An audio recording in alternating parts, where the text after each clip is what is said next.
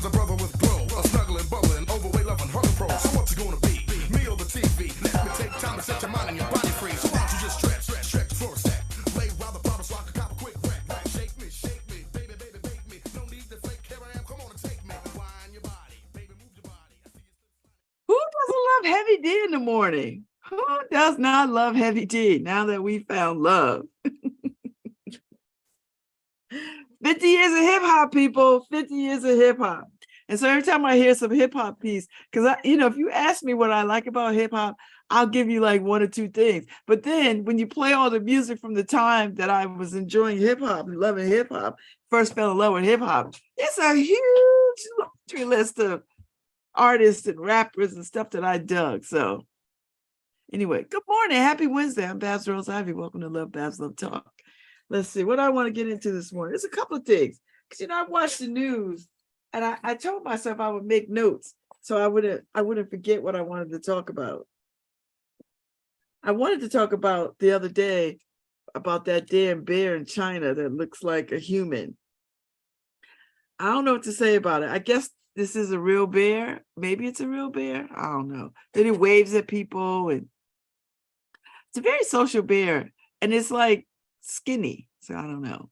But the bear in China, which is odd, I don't put nothing past them because why would I put anything past them? So that's one thing. And people feel some kind of way, but there are bears that look like that. It's a specific particular kind of bear. So I don't know what the jury is on. I don't have a jury on that. China gonna do what China do. They wanna create a fake bear, all right, whatever. If it's a real bear, okay, whatever. That's number one. Number two, this woman who is where is she, in Bahamas, Barbados, somewhere, put out a hit on her husband. I think these people need to stop trying to plot murders on their cell phones, because and I don't care if you get a burner, like that's TV stuff. They're gonna find out. Thank God they didn't kill her husband, but she hired two cats to kill her husband, and she was very specific and explicit about it. So I think I don't know where she is, somewhere in the Caribbean. She's out on bail now, but she can't leave the island. So she's a mother with three young kids, trying to kill her husband. Girl, why are you trying to kill your husband? I think when you try to kill your husband like that, you just want the insurance money. I don't know. I don't know. I don't even know. But the fact that she was on WhatsApp and all this other kind of stuff plotting this is ridiculous. Did she pay any money to these people? I think she paid him a little bit of money, but somehow somebody got wind of it. And it was by accident. Somebody was, I guess, ready to rob her room or clean her something. And they found the phone and it was like, oh shoot, somebody's trying to kill somebody. Listen, let me tell you something. Stop trying to kill your spouses. I know you want to kill them because you want them out of your life or whatever, but that's not the way to go, because you're going to get caught. You see the woman who poisoned her husband to death. They couldn't figure out why he died, but he died. And she wrote a whole book about it, for her kids, about how he, why, death and all this other kind of stuff. Come to find out the woman was poisoning him.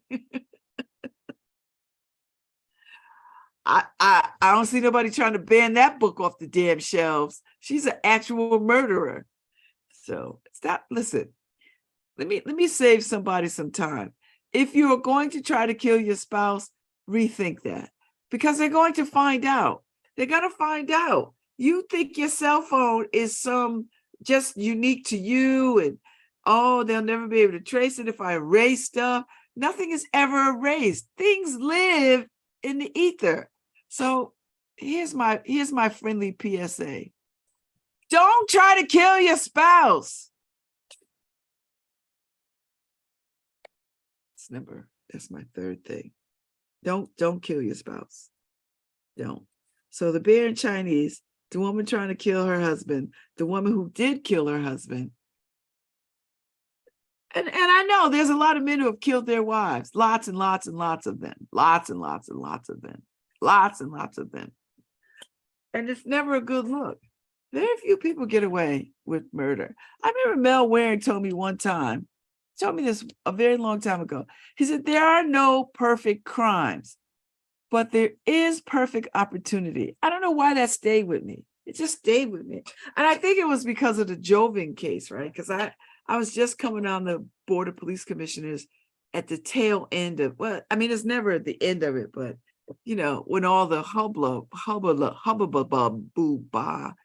kind of died down. And they still didn't find it. They know who did it. I mean, we all know who did it, but they can't touch this guy. So he's living his best life somewhere. You know, they know who did it, but perfect opportunity, not the perfect crime, perfect opportunity. Perfect opportunity. And this guy feigned indignance and all this other kind of stuff. I don't know if he sued the Haiti Police Department, but they knew it was him. That's why detective work is so critical. You can't be rough around the edges. You gotta be good at this. So anyway, so I say that to say all these people, these amateurs out here trying to kill people, you know, their spouses and stuff, or co-workers or bosses or whatever the mess is, you know, stop it. I read this, no, I didn't read this. There's a show called 1,000 Ways to Die. My sister turned me on to this like a decade ago. This show is crazy. But all the ways in which people died, which is just off, like things you would never think of. Like this guy or this person painted their boss's office with a toxic paint. I don't know how he pulled this off. Painted his office with a toxic paint. And he died because the paint. And by the time I mean, it took some good detective work to figure it out, but man, that's a bridge too far. And how do you get to paint somebody's office without them knowing it? Unless you just bring it up like, oh yeah, I'll paint your office. I don't even know how that comes. Like, I don't even know how you orchestrate that. I just don't know. So anyway, yeah. So just listen, do yourself a favor. Don't try to kill anybody. How about that? You know, and I'm not talking about, you know, when you have to fight back and defend yourself. I'm not talking about that. I'm talking about when you plot, when you deliberately wake up one day and say, oh, I want that person dead. Let me figure out. And some of these people were stupid. Like, I think there was one case where somebody was like on the internet surfing for assassins for hire. I don't think that's how that goes. You might want to talk to the Russians. They're good at this. Talk to them. You know, if you don't got no mob friends, don't even try it. Like, don't do it. No shade to the mob, none. But I'm saying, if you want to kill somebody, you have to go to the people who know how to do this. And oftentimes, when you do that, you get caught because you're so stupid. Listen, this is my PSA. Don't kill anybody. Like, don't plot to kill anybody. Let the judicial sue people, take them to court, run them ragged through the court system. It'll feel like they're dead. You know, they'll want to die after you drag them through court. But don't plot to kill people. That's not a good look. It's just never a good look. So that's one thing. That's three things. 1, 2, 3. Oh, yesterday I told y'all, stay out of the shark waters. Stay out of the oceans. Stay the hell. Stick to the lakes and the ponds you're used to. Leave these sharks. Let these sharks have their habitat. You are in their way. That's number 4. Number 5, somebody in Florida won the Mega Millions. One person with one ticket. One ticket.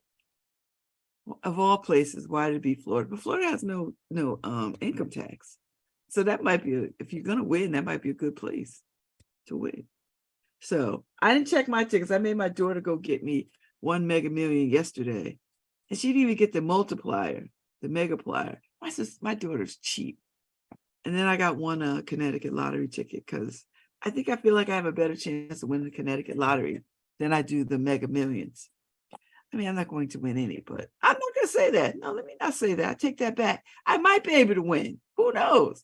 I committed $2 to it. So there you go. That's it. That is it. And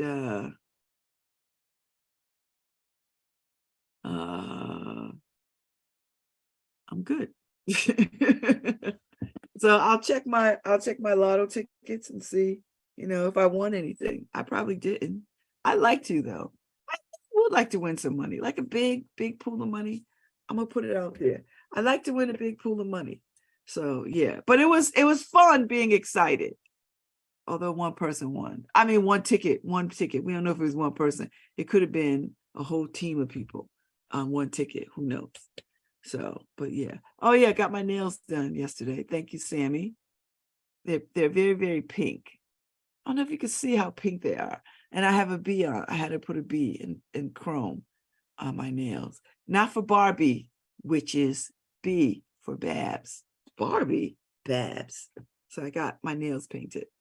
And I leave tomorrow for Martha's Vineyard, which is, my happy place. I'll tell you, when you get on that ferry from Martha's Vineyard, the minute you step on that ferry and you start to go across, your life changes. Your life changes. You get off and you just drive to where you got to go. And I know where I have to go. Like I know where I need to be. It's just a lovely feeling to just get off the ferry and you're in town. So then I get off the ferry and I drive down Circuit Avenue and get to the hotel where I'm staying, and then walk down the street to the Strand because going to a community foundation event, Black Futures. So that'll be nice. So we have to get on the road early tomorrow, and that'll be what it is. That'll be what it is. It'll be early, because it's like a 4-hour drive to Woods Hole, like 4 hours. So I got to do it. It's fine. It's all right. You could do it. We've done it millions and millions of times, over and over and over again. We've done it. So what else is on the news? Oh, we are still riding high on the Montgomery massacre. No, the Montgomery beatdown.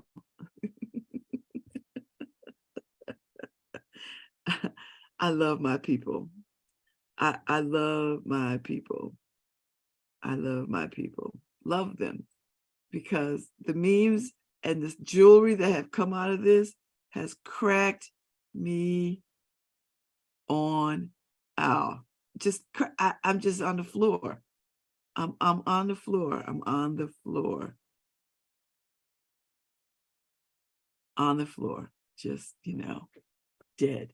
So, but I did want to state this though, because I saw this posted by somebody. Okay, all jokes aside, the phrase "we are not our ancestors," as if our ancestors were soft and didn't fight against their situation, is intellectually lazy. Most of us could never endure what they dealt with, and we exist because of their struggle. Give thanks. And I know, I'd probably be one of these people that said, too, listen, this ain't your, I'm not my grandmother. But then I was wrong to say that, because my grandmother endured stuff, and my great-grandmother, my great-great-great-grandmother endured stuff that I have no clue about. So I apologize if I ever came out of my mouth with that. I don't think I came out of my mouth, or anybody who says, well, we ain't our ancestors. I don't think we mean it disrespectfully. I think what we're saying is a new day. Although I'm not trying to clean that up. I'm just trying to, so before we get all hyped up and mad at people, we just mean this is a new day, and it's a different set of tools, like folding chairs. Folding chair. Folding chairs. And I got 4 of them on my porch. I've had them. So it was good. It was very, very good. It was very, very good. So anyway, it's all good. I can't complain. I cannot complain. Anyway, I just found out that I have friends in common with other friends that I didn't even know. I didn't even know that they knew each other. But of course they do know each other because all the Howard University people are so connected. So Chris Washington, legendary Chris Washington, DJ, is on Martha's Vineyard now. My friend Daniel Ricks is on Martha's Vineyard. And I didn't know the two knew each other. Or maybe I didn't think about it, but I should have thought about it because they both are Howard alum. And Chris is on the board of trustees for Howard University. So anyway, I was with him in Maine. That's what I really want to say. I was with him in Maine. And I met Daniel Ricks last year for the first time. And we've been friends for we've been Facebook friends and blogging friends for, I don't know, since we've been online, so 10, 15 years. So I never met her, but we always talked. And I remember she was in DC, she was always giving these great parties. And I remember I wanted to go.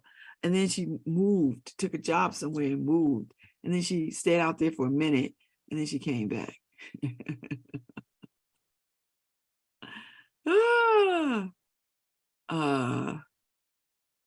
Anyway,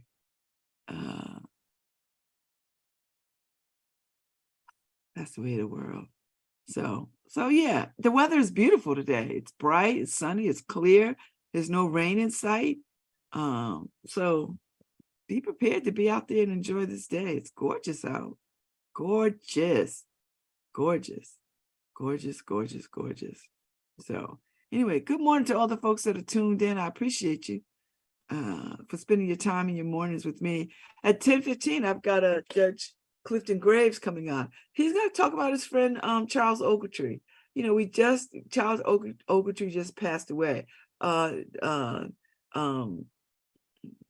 Rock star law professor at Harvard. Wonderful person. I told you when I said this yesterday, I remember I came enamored of him when I was watching, I guess it was on PBS, A Question of Ethics. And he was so good at facilitating these conversations about questions of ethics and all kinds of arenas. And they pulled together an interesting panel of folks. And it was like a round table panel of folks. And they had to wrestle with ethical things. I loved it so much. Loved it because it just opened my mind. It just broadened my mind. So I would love to do a question of ethics here in New Haven. Just have some kind of big thinking conversation instead of these mediocre, ridiculous conversations about things. And that's just my opinion. Other people might not think they're mediocre. Other people might think they're just, great conversations. Some of these conversations are just insipid, but that's all right. That's all right. I haven't picked up my The Other Side of Prospect book. I don't know, I took a few days from it, but I'm gonna get back into it. I'm still convinced. And I have the Chief's number, the Chief's card, and what do I do with his card? I have his card, and I damn sure am gonna call him. And I really do think that book ought to be a police-wide read. Like you should start a book club in the police department, and they read all these kinds of books.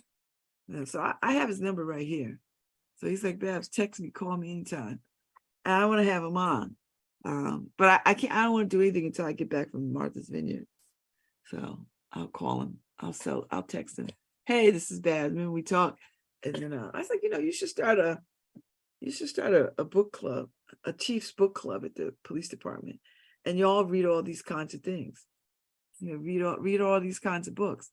I mean, I think that book should be mandatory for any incoming academy. But I think standing officers ought to read it too. And I bet you there's some that have already read it.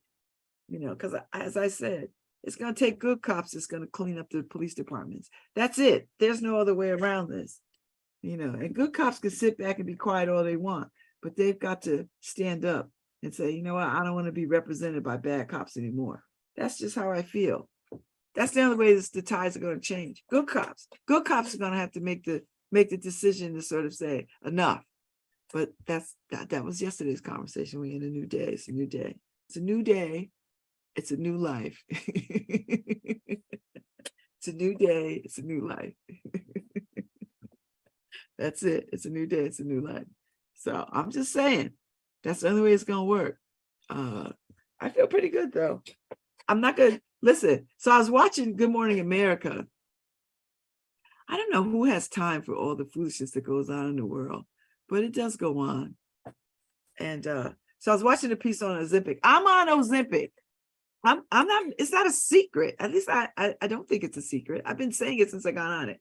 So I've been on it for 3 months. So I'm down, let's see, this morning I got on the scale and let's see, let me, I think I started at 303 pounds and now I am 279 pounds. So do the math. So I am, oh gosh, I don't know why I can't do this. So I started at 303 pounds. I think, yeah, 303 is the highest. And then I'm now at 279. So I've lost 24 pounds in what, three months, I think. I started Ozempic. I think it's 3 months. Yeah. So 24 pounds. So anyway, I saw this thing on Good Morning America with people, people who are on Ozempic who are not diabetic, but using it for weight loss. And people were like trying to shame them, like, well, I changed my diet. I get up at 5 and I go walk and I do this and that thing. And I was like, whatever the tools that people need, let them use the tools. That's it. My friend Harry did Weight Watchers, did an amazing job on Weight Watchers. Beautiful job, lost a lot of weight. Now it is a way of life for him. But for some people, Weight Watchers is not going to do it. Some people have to go get a balloon put in or get their stomach altered or bypassed or whatever. My team of doctors didn't think that was a good course for me. So I didn't pursue that. I entertained it, but they were like, no, you're not going to do that. So when these round of drugs, these semaglutides came around, my doctor said, we should put you on this. One, because I have diabetes. Now I had gotten my A1C down by diet and exercise. Well, not so much exercise, but diet. But it didn't stay there. The Ozempic helps my A1C stay at the low place, and it cuts down on having a damn stroke. So listen, I wish somebody would get in my face talking about, oh, you're doing it the easy way. There's nothing easy about any of this. There's nothing easy about any of this. If you know any fat people, none of this is easy. We're all fat people are wrestling with how to do this. What should we do? Should we even do it? And I'm talking about weight loss. Like, should we do it? And you give up because you do everything, and then you don't accomplish. You just don't. And I'm one of these people. I get to a set point, and then I hover there for a very long time. No matter what I do, I stay there. So the Ozempic has really helped push past plateaus for me. And I'm not even at the highest dose yet. So they give me at the highest dose, I might drop 60 pounds, which would be nice. It would be nice. You know why it would be nice? Because I would rather take one dose of the Ozempic and not have to take the 6 or 7 other damn drugs that I take every single day. And I take a lot of drugs. Listen, I'm grateful I have damn insurance that will cover this. Do you know how many people in this country can't have basic insurance to take care of their cholesterol, their high blood pressure, all the stuff, the diabetes? They're making decisions of whether should I take this medicine today because I got to pay out of pocket. I'm cutting their medicine in half. I don't have to do any of that. So people can say whatever the hell they want about whatever I'm doing. I don't care, because for me, quality of life is more important than anything. And I'm not going to, whatever tools that they have, whatever tools that are afforded to me, I'm using them because I like living. Now, I didn't always like living, but at this moment, in this moment, in these moments, I'm enjoying living. And I want to do it a little bit longer. So if I have to take the tools that sustain the life, then that's what I'm doing. So anyway, that's where I'm at. So I want people to stop shaming people for their choices. And I see it all the time. I see it. I've been fat shamed. There's not a day that goes by that people, don't make some snide remark. Or people say some ish like, well, you really dress nice for a big girl. I really think, I don't know, I don't even know what that's about. I want to think that they think they're paying a compliment. I want to believe that, because I don't think people, I just don't believe people are just mean out the box like that. Not a lot of people. I don't think the majority of people are mean out of the box like that. People have said to my face, oh, where do you buy your clothes? You wear such nice clothes. And for a plus size woman, like plus size fat people don't deserve to wear nice clothes. like I don't deserve to wear nice clothes. Oh gosh. My cardiologist fat shames me every time I go to his office. I dread it. And when I lose a little more weight, I was like, you really should stop fat shaming your patients. It's mean. Stop saying it. And I think he thinks it's motivating. It's not. It's liable to get me to punch you in your throat. But I haven't moved to that place yet, because I've been fat for a long time. So I believe that I don't move through the world as a fat person. I get it. Sometimes people they look at my tummy, or they look at my butt, or they look at my double chin, and I know people are like, God, I'm glad I don't have a fat tummy like that, or glad I don't have a fat ass like that, or you know what I mean, like whatever it is that people are reviled by, and I see it. I see when people sort of stare and look at me, and they look me up and down, and take notice of my body or whatever. And I don't, it doesn't hurt me. It annoys me, because as you're looking at me, I could see the judgment, right? I could see the wheels of judgment. Well, if you only just, if you didn't eat so much, and here's the thing, a lot of fat people don't eat that much, to be honest, and there's a lot of fat people who are working out and running and doing all the things, like the fat chef, and she's always fat shamed, and she's run marathons. I tell you what, I can't run a marathon. I did one 5K. That was the be all end all. It was never my goal to do more 5Ks. I toyed with the idea of running Paris or running Barcelona, or, because there's races around the world that you could do this. But after I did that one 5K, I was cured. I was like, I don't really, and I actually enjoyed running, but I enjoyed running at my leisure. Do you know what I mean? Like, because I wanted to do it. But now I got these new Tinas, I'm not running anywhere, but I will walk.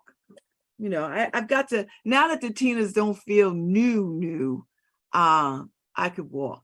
Because when I was walking before, it was just like, oh God, I was nervous, because I was like, are my hips really healing? Because this hurts. But now I don't have that same pain. And so when I get back from Martha's Vineyard, I'm gonna write out my plan and really get my ass moving, so that I could go into the fall. Because I really have a goal, and I want to hit that goal. And I'm trying to buy back time in my 60s. Not that I'm losing time, but when you're this heavy, it does take some years off your life. I want to put those back. So I'm gonna go back to see Robert in a little bit. I told him I'll be in to see him so I can weight train. Because I really enjoy weight training and putting some muscle on. That's what I want. I want to put some muscle on. So anyway, we'll do the best that we can. We'll do the best that we can with what we have. That's it. I tell you what, that little boy that jumped in the water in Alabama ought to get a full ride scholarship to some HBCU. And I can think of and I know there's some good ones in Alabama, but I'd like to see him go to Morehouse or Fisk or Tuskegee or Howard, and then what I personally, I'd like to see him go be the captain of the swim team at some HBCU. That's it. That's my dream. That's my dream. I'd like for him to be the swim captain of the HBCU swim team. And from what I understand, Howard has a damn good one. So that's what I mean. Like if I had won that Mega Millions last night, I would have funded so many HBCUs off the rip. And then I would have made sure that kid had a scholarship. Like, listen, kid, I know you're only 16. Keep your damn grades up. I will pay your way 4-year ride, all expenses to any historically Black college you want to go to, and preferably one with a damn swim team so you could be the captain. And then I would pay for you to go abroad, take some time abroad. That's what I would do. I would have my own academy of scholars that I would just fund. Listen, you got all that kind of money. What I'm gonna do? I don't need 20 houses and 50 cars. I need to put some people through school and get right. And then you know what? And then I thought, as much as I want to buy property in another country, and I do, and I will on the continent, and I will. That's the goal. I think I need to buy some acreage here. I need to take back some land here. And then you know what else I would do? I would go and see whatever Black farmers are in need and try to help there. Try to put some money in some Black farmers' hands so that they could like secure some lands. And then go find out what families are losing property because of taxes or whatever. Because it's never a lot of taxes. That's the kind of stuff that I would want to do as a philanthropist. I would just go and try to help as much. I don't need 20 damn houses. I'm not going to have 20 houses. I want one good ass house that me and my friends could live in, my girlfriends. And I'll make sure I would take care of my family. I would retire my brothers, my sister. I make sure I give them a little bit of money so they can take care of their children. I would take care of my children. I would take care of my inner circle of friends. I would put some of my friends' kids through college or whatever. You know what I mean? You know what I mean? I would create a hub here in New Hallville, some kind of community center. I would buy that outright and maintain it for a decade. And then they'd have to put some things in place so that they could continue it. Do you know what I mean? Like that's the kind of stuff that I would want to do. That's it. That's what I'd want to do. And some other stuff, some other stuff. But that would be the gist of it. All that kind of money. All that kind of money, I would put it to good use. Because that's how I would want to be in the world. But I didn't win yet, so. But baby, if I would have won, let me tell you something. It would have been a game changer. I'd have been doing a bunch of other things. I definitely would buy the inner city a building and the New Haven Independent a building. And maybe it's one building with a couple of floors between us. Do you know what I'm saying? That's what I would do. So that the Independent could have its own offices somewhere and a studio. And the inner city could have its own offices somewhere and whatever. And then we could share interns. We could do all kinds of stuff. It could be very creative. Very, very creative. It'd be cool. I would do some cool stuff. That's how I'm thinking. I'm thinking like that. I'd keep books in the hands of school children. I'd make sure every kid that wanted a book could have a book on a regular rotating basis. I'd try to develop some housing for people coming out of prison, because that seems to be the biggest problem for people coming out of prison. To get housing. I'd be a landlord that says, yeah, I'm welcoming, and I'd hire my own staff of caseworkers and like a therapist, just because you just need, because I think some people think therapy is a luxury that they cannot afford. But I get the sense that particularly poor people and people who are coming out of prisons, I think they think that therapy is a luxury that's not afforded to them, And I think I used to think, because my community, the Black and Brown community, was so resistant to therapeutic support. I used to think it was a fear, but I'm really starting to believe. I don't think it's a fear. I mean, I think it's a little bit of a fear, but I think most of it is seen as a luxury that has not been available to them. And I think if we made some inroads coming at mental health in our community that way, that it's not a luxury. It's not a luxury to sit and talk with someone about what is happening and delve into the patterns of your life and the choices that you're making. That's not a luxury, that is a necessity. But I think we've come at it. I think the mental health community has come at this wrong in the way that they talk to the Black community. And I only just discovered this since yesterday, just yesterday or this morning. I was thinking, I think it's because Black people think this is a luxury that's not afforded to them. Like it's almost like a waste of time. But a waste of time in the sense that that's time I could be working. That's time I could be doing something because I got kids and I got commitments. I got that takes away from all the things that I need to do. I cannot carve out that time. And because I think if you think about how we don't go to the doctor the way that we should go to the doctor, and that we use the emergency room as primary care, I think that sort of feeds into my hypothesis a little bit, that if you look at the correlation between how we go to the doctor and how we see mental health, I think it's the same. I think it's the same. I think it's a luxury, and almost a hardship, if you will, that people don't utilize these things because it takes away. And I get people think there's the stigma part. The stigma is only one part of it. I don't think it's the whole pie. I don't think the stigma is the whole pie. I think it's, I don't have time, and then trying to figure out where to go and who to see. And if you don't see anybody who looks like you in these spaces, then you run the risk of, sharing your business with folks who don't know a damn thing about you to begin with. You understand what I'm saying? So to sit in front of some white person and talk about how your parents was trash, or sit in front of some white therapist and talk about how you were raped as a child and nobody in the family helped you, I think that's its own trauma too. I do.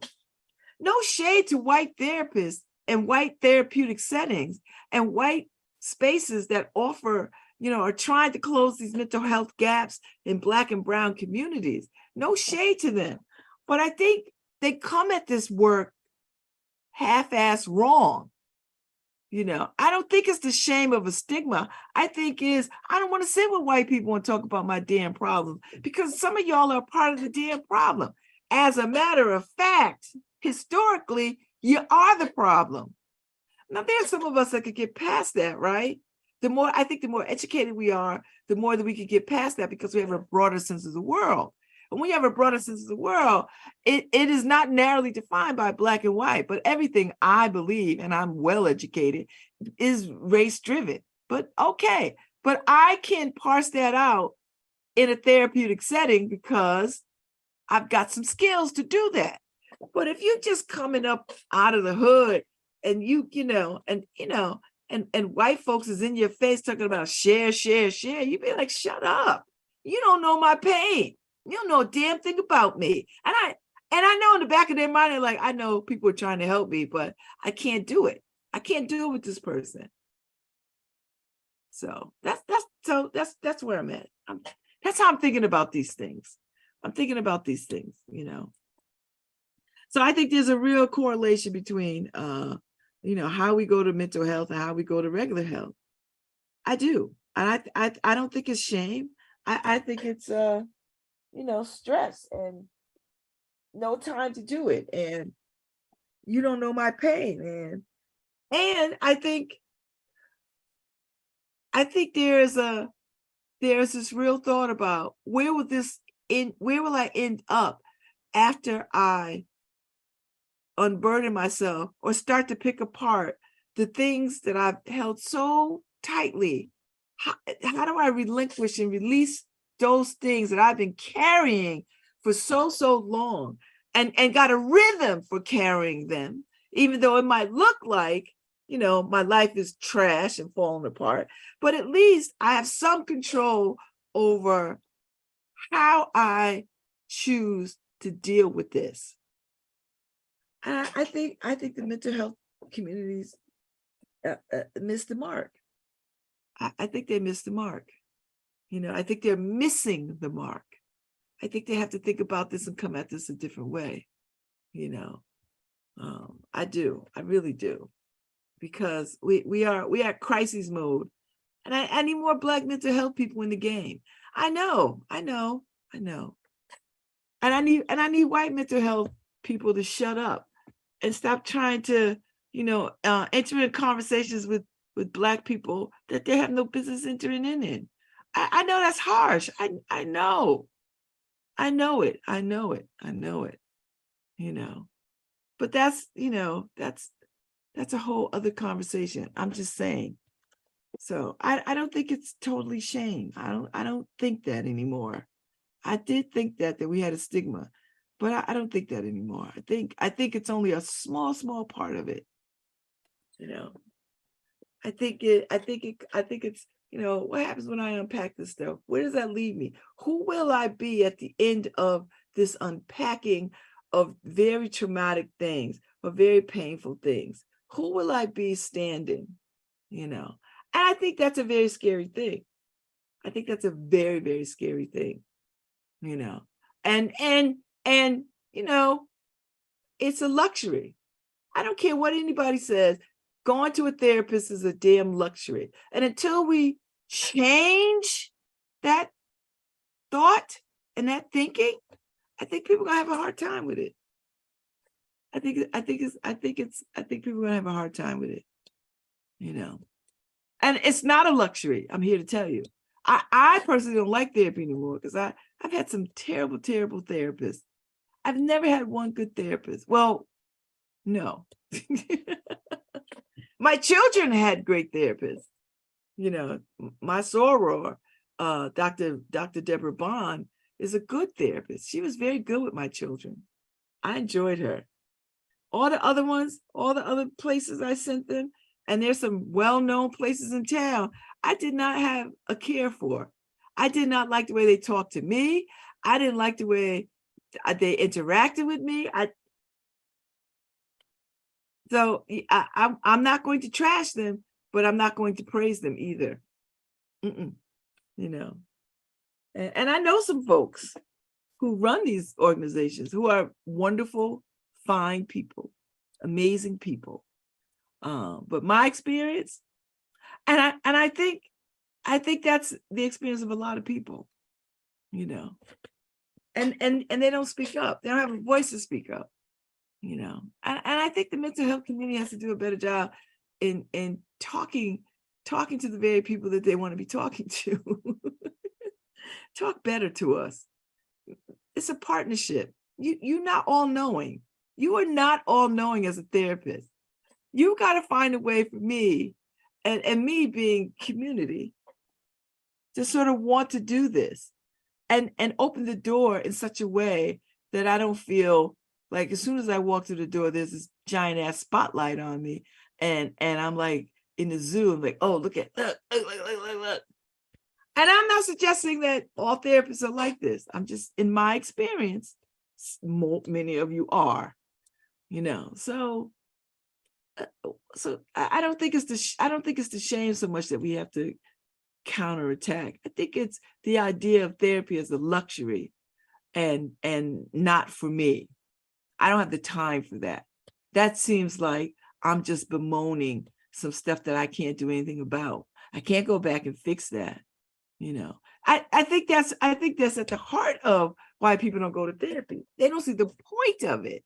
And we've not done a good job of saying what the point of therapy is. And maybe it is, maybe they have, I don't know, I haven't seen it. You know, I know I hear a lot of talk about, well, Black people are ashamed, or they don't think it's for the, you know, we don't talk about it. And that may be true. I don't think that's the whole picture though. You know, I don't think that's the whole, I don't think that's the whole picture. I think that's a small part of the picture. That's a small part. And the sooner that we can sort of shift that narrative a bit, I think the better off that we'll be, you know. And there's all kinds of ways that we could dole out mental health. You know, I think, you know, sitting on my porch and talking to people, having very, very intimate conversations. My friend Faye likes to always say, people like telling me their secrets. It's not that people like telling me their secrets. It's because I think what people like is that I create a space for them to talk freely and openly about whatever's on their hearts and minds. And that I'm not going to run out there and be the town crier about, girl, do you know what so-and-so said to me about so-and-so? Mm-mm. Mm-mm. No, I don't do that. Because I understand the value of connection. So it's not that I hold people's secrets. And I do hold people's secrets, but not because I don't hold people's secrets as it's a burden to me, because I understand when people tell me something, it is not for me to solve. I never feel like I have to solve anybody's problem. When people come and sit with me in confidence, and I'm a trained, certified spiritual director, spent 4 years of my life learning how to sit in the company of God and somebody. I know how to listen to people. And I don't have to offer advice. So I can hear people's laments and not carry them. I'm trained to do that. But I think more importantly is because I have a welcoming spirit, and that I am about opening space for people to sit and tell me what they want to tell me. And it's a give and take. You know, they share something, I share something. It's not one-sided, although it might feel like it sometimes, not in a bad way, because you give space to allow people to talk about what's on their hearts and minds. And, you know, oftentimes if you sit with people and allow them to talk, they'll figure out their life, their situation, whatever the dilemma is, whatever the challenge is, you know, they'll figure it out if you give them enough space and time to do it. You know, space that says, you know, think about it this way, you know.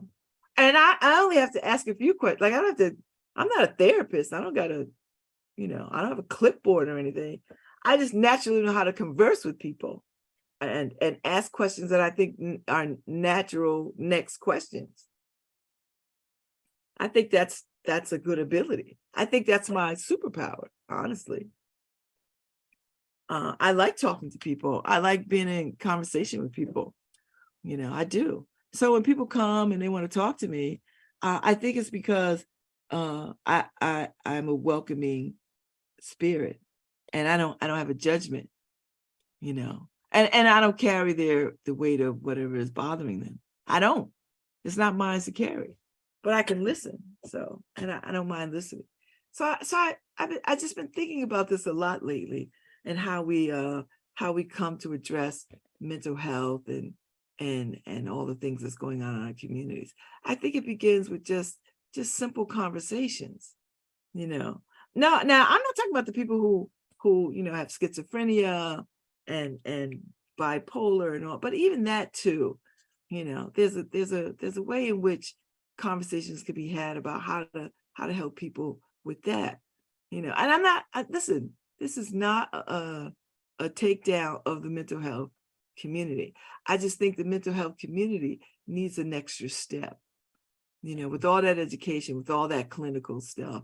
I think they miss some important things that are in front of them, that they don't pick up on.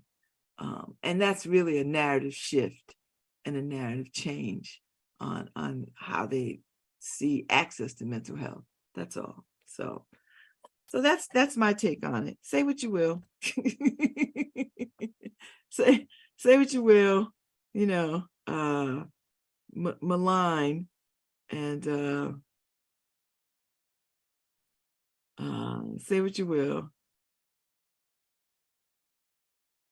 Say what you will, say what you will, say what you will, say what you will. So I'm going to take a break in a few minutes, but I'm happy to have Clifton Graves. Now, listen, let me tell you something.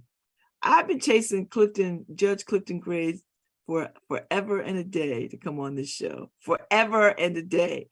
And it took this for him to come on and talk about his friend, Charles Ogletree. And I'm delighted. Listen, if he wanted to come on and talk about Kermit the Frog, I'd be like, okay, Cliff, you want to talk about Kermit the Frog and your relationship to Kermit the Frog? I'm here for it. But we're going to talk about the late, great Charles Ogletree. And what this loss means and what his life meant to Clifton Graves. So I'm excited. So listen, I'll be back at 10:15 with former probate judge Clifton Graves. So y'all stay tuned. Go get you some coffee. Come on and sit a spell. I'll be here.